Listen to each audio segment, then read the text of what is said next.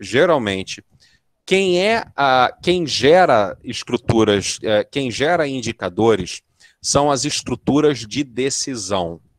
Eu não estou falando que todas as estruturas de decisão geram indicadores. Eu não estou dizendo isso, ok? Mas, no geral, estruturas de decisão são as estruturas que vão nos mostrar indicadores. Nesse fluxograma que está aqui, a gente vê que temos aqui 3 estruturas de decisão, né? Nós temos essas 3 estruturas de decisão e a gente vai ter que pensar de que forma 2 medidas podem ser comparadas para gerar um indicador de desempenho, ok? Vamos dar uma olhada aqui para a primeira estrutura de decisão, que é esse ponto correto, tá? Ponto correto. Qual é o indicador de desempenho que essa estrutura de decisão poderá gerar para a gente? Qual é a conta que eu vou botar aqui? Qual é a conta que eu vou botar aqui nesse indicador? O que eu quero saber aqui? O que eu quero saber aqui nessa decisão? Esqueçam o indicador. Pensem só nisso que eu estou falando para vocês. O que eu quero saber nessa decisão? Nessa decisão aqui, o meu interesse é saber se efetivamente o ponto está correto. Da mesma forma que naquele outro indicador que eu estava falando, quando eu falei assim, número de carros com defeito, eu também estava querendo saber quantos carros foram produzidos de forma errada. Aqui, mesmo esquema. A produção aqui, basicamente, é você torrar as avelãs. Isso daqui é o processo de fabricação desse chocolate. Você vai torrar e depois você vai inspecionar o ponto. Então, de novo, eu quero saber nesta decisão a quantidade de avelãs que estão com o ponto correto. Concordo plenamente contigo. Então, lembra que são 2 medidas que são comparadas? X dividido por Y. Uma daquelas medidas vai ser o ponto correto. E eu vou ter que comparar número de avelãs no ponto correto com qual outro número? Nessa primeira situação aqui, eu quero focar única e exclusivamente aqui nesse ponto correto. Um dos números que eu vou utilizar como base de comparação é o número de avelãs no ponto correto. Sim, exatamente isso. Só que o número de avelãs no ponto correto é uma parte das avelãs, não é isso? Vai ser a quantidade de avelãs que está no ponto correto dividido pelo total de avelãs? Boa, garota. Exatamente isso. Olha, número de avelãs no ponto correto dividido por número total de avelãs. Eu tive 8 avelãs que foram torradas no ponto correto e eu tive um total de 10 avelãs que foram torradas. Ou seja, essa conta vai dar 0,80. 0,80 quer dizer o quê? Quer dizer que 80% das avelãs que foram torradas corretamente. Sempre vai ser isso. A parte dividido pelo todo. A parte que você quer analisar dividido pelo total daquela população que está sendo analisada. Por exemplo, vamos voltar aqui no exemplo que eu dei, quando eu mostrei para vocês 2 turmas, e eu perguntei, gente, qual das 2 turmas teve o pior desempenho? O que vocês fizeram? Vocês dividiram número de alunos reprovados dividido por número total de alunos. Não foi isso que vocês fizeram? Número de alunos reprovados dividido por número total de alunos. Aliás, nos carros. Carros com efeito dividido por número total de carros. Ou seja, todos esses 3 indicadores que eu acabei de falar são indicadores que vão utilizar a parte que vocês estão querendo analisar, dividido pelo total, o total daquela população, o total das avelãs, o total de carros, o total de alunos. Beleza? Bem, seguindo aqui, pessoal, vamos esquecer, então, essa decisão, eu quero fazer o seguinte, eu quero vir para cá agora, ó. Vamos esquecer aquela outra decisão ali, intermediária. Porque aquela decisão intermediária tem outro esquema ali. Vamos falar dessa decisão aqui, ó. Embalagem correta. Como que ficaria o indicador de desempenho ali de embalagem correta? Aqui, eu quero analisar a quantidade de embalagens que estão corretas. Então, qual vai ser a parte? A parte vai ser a quantidade de embalagens corretas dividido pelo número total de embalagens. Basicamente isso.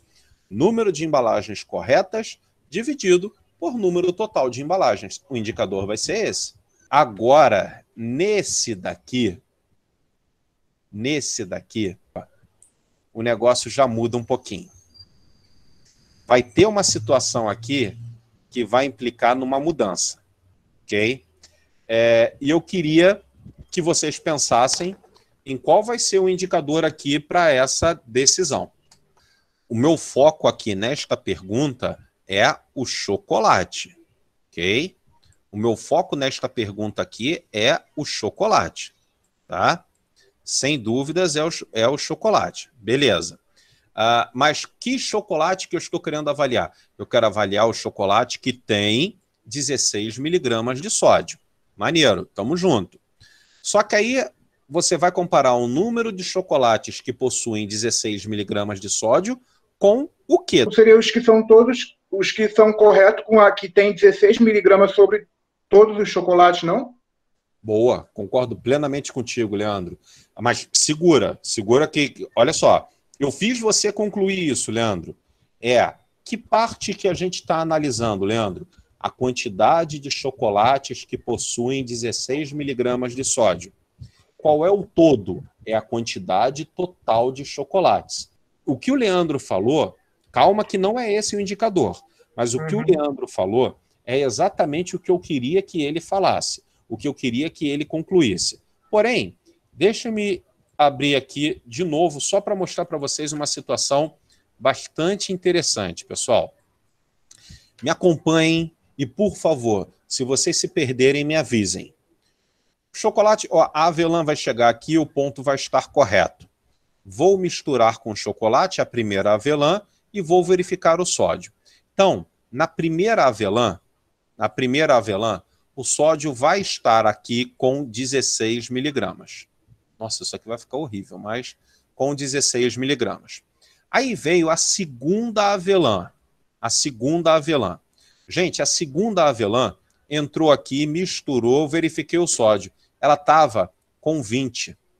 Ela estava com 20 miligramas. O que vai acontecer com essa avelã? Me respondam, por favor, baseados nesse fluxograma aqui. O que vai acontecer com essa avelã? Ela vai voltar para a mistura, né? Ela vai voltar. Ela não vai ser misturada de novo. Isso, ela vai ser misturada de novo. Ela não vai ser descartada. Verifiquei o sódio, não tem 16, eu volto, é o caso, ela tem 20, eu volto e misturo de novo. Beleza, na segunda mistura, ela estava com, 18. Chegou aqui, verifiquei o sódio, está com 18. Já tem 16? Não, então ela vai voltar e vai misturar de novo. Vou chegar aqui, agora sim, na terceira tentativa, ela está com 16.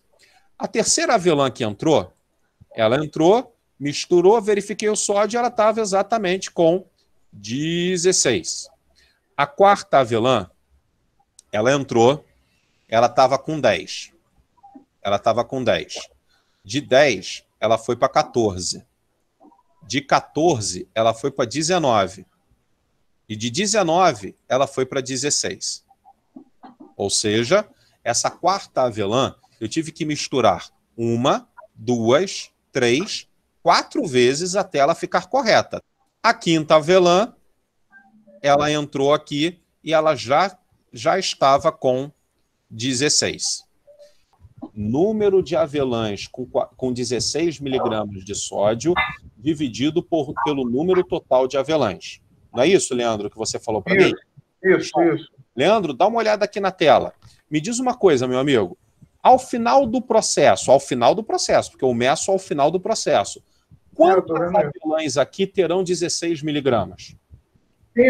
5.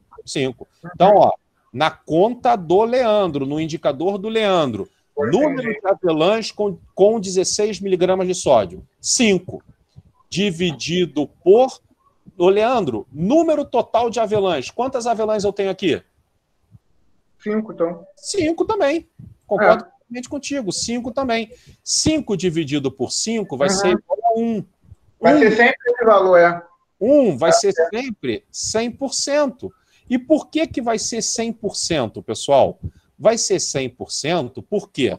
Porque aqui eu vou verificar o sódio. Se não estiver correto, eu volto. Verifiquei de novo, não está correto, volto. Verifiquei de novo, não está correto, volto. Eu vou ficar voltando até estar correto. Ou seja, infinito, né? Exatamente. Ou seja, eu entro nessa decisão e eu vou voltar até estar correto infinitamente. E se eu vou voltar até estar correto infinitamente, o que vai acontecer? Vai acontecer que o número de avelãs corretas ao final desse processo vai ser sempre igual ao número total de avelãs. Exatamente por causa disso, eu não posso usar esse indicador que o Leandro falou. E eu levei o Leandro a crer isso, para exatamente mostrar o errado e ensinar para vocês o certo. O que eu tenho que ter como base... Vamos lá. Essa decisão aqui, ela está medindo qual atividade? Ela está medindo o desempenho dessa atividade aqui. Ok? Quando eu chego nessa decisão, a 16 miligramas de sódio, somente haverá se a mistura foi feita de forma correta. A atividade que eu estou medindo, ela se repete caso tenha sido feita de forma errada? Sim, ela se repete. Sempre que uma decisão avaliar uma atividade que se repete no caso de um erro, o foco do indicador será a atividade e não o produto. Leandro, qual é o produto aqui de misturar chocolate? O produto? Chocolate. O chocolate, concordo contigo. E foi o chocolate que tu usou como base para criar esse indicador aqui, que a gente já viu que está errado. Tudo bem? Beleza. Então, o que eu acabei de falar para vocês que vocês precisam fazer? Sempre que uma atividade, quando avaliada por uma decisão, ela se repetir, no caso de uma incorreção, no caso dela estar errada, o foco não tem que ser o produto, o foco não tem que ser o chocolate, o foco tem que ser a atividade. Ou seja, número de misturas. Número de misturas com 16 miligramas de sódio dividido pelo número total de misturas. Quantas misturas aqui? Ó, aqui estão as avelãs, ok? Aqui estão os chocolates, perdão, aqui estão os chocolates. Quantas misturas destas aqui totalizaram 16 miligramas de sódio? É mole, ó. 1, 2, 3, 4, 5. Então, número de misturas com 16 miligramas de sódio. 5. Dividido. Número total de misturas. 1, 2, 3, 4, 5, 6, 7, 8, 9, 10. Número total de misturas, 10. Isso aqui vai ser igual a 0,5, que vai ser igual a 50%. Ou seja, 50% das minhas misturas estão corretas. Sempre que uma atividade se repetir, o foco do indicador não é o produto. O foco do indicador, nesse caso, será a atividade.